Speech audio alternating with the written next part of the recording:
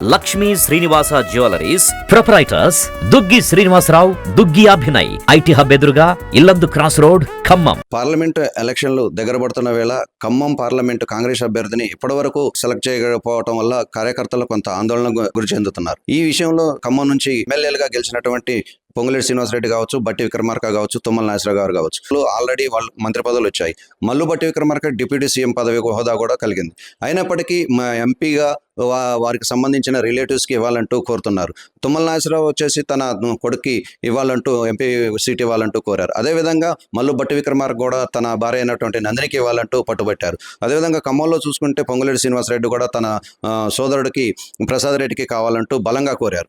ఏమైనా మటుకి హైకమాండ్ నుంచి వారి ముగ్గురులో ఎవరికి ఇవ్వటం కుదరదంటే తేల్చెప్పేశారు. నామినేషన్ ప్రక్రియ ఆల్రెడీ సురువైంది. 18వ తారీఖు నుంచి నామినేషన్ ప్రక్రియ సురువైంది.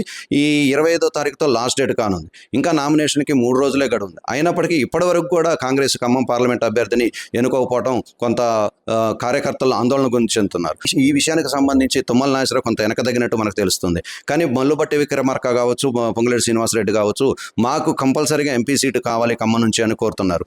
దీనికి సంబంధించి ఏఐసిసి అధ్యక్షుడు మల్లికార్జున ఖార్గే బెంగళూరు రావాల్సిందిగా వారిద్దరిని సూచించారు. ప్రస్తుతం వారు బెంగళూరు మల్లికార్జున ఖార్గేతో మాట్లాడటానికి వెళ్ళడం జరిగింది.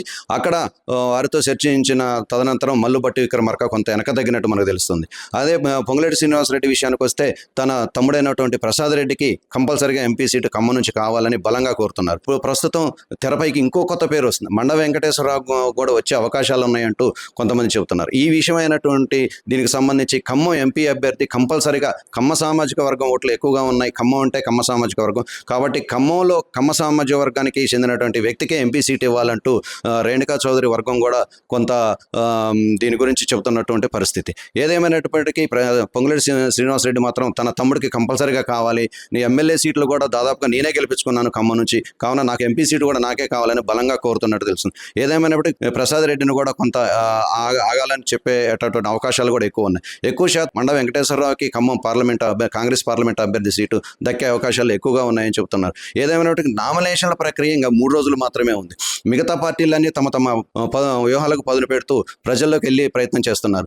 ఈ ఆలస్యం కొంత కాంగ్రెస్కి నష్టం జరిగే అవకాశాలు ఎక్కువ ఉన్నాయి. ఎందుకంటే ప్రచార కార్యక్రమం తక్కువ రోజులు ఉంది, ఎలక్షన్లకి చాలా తక్కువ సమయం ఉంది, నామినేషన్ కూడా 3 రోజుల్లో అయిపోవడానికి ఉంది. కావున ఈ టైంలో వారు సీటుని ఇంకా అభ్యర్థిని ఎన్నుకోకపోవడం చాలా కార్యకర్తల్లో ఆందోళన గురి చేస్తుంది. అదేవిధంగా కేంద్రంలో కూడా వీళ్ళకి కొంత ఇబ్బందికరంగా పరిస్థితులు ఉన్నాయి. ఈ విషయమై ఈ రోజు బెంగళూరులో మల్లికార్జున ఖార్గేతో మాట్లాడిన తర్వాత పొంగులేటి శ్రీనివాసరెడ్డి సోదరుడు ప్రసాద్ రెడ్డికి ఇస్తారా లేదా మండ వెంకటేశ్వరకి ఇస్తారా, ఏదైంది ఈ రోజు సాయంత్రం లోపు ఎవరినో ఒకరిని ప్రకటించే అవకాశాలు ఎక్కువగా ఉన్నాయి.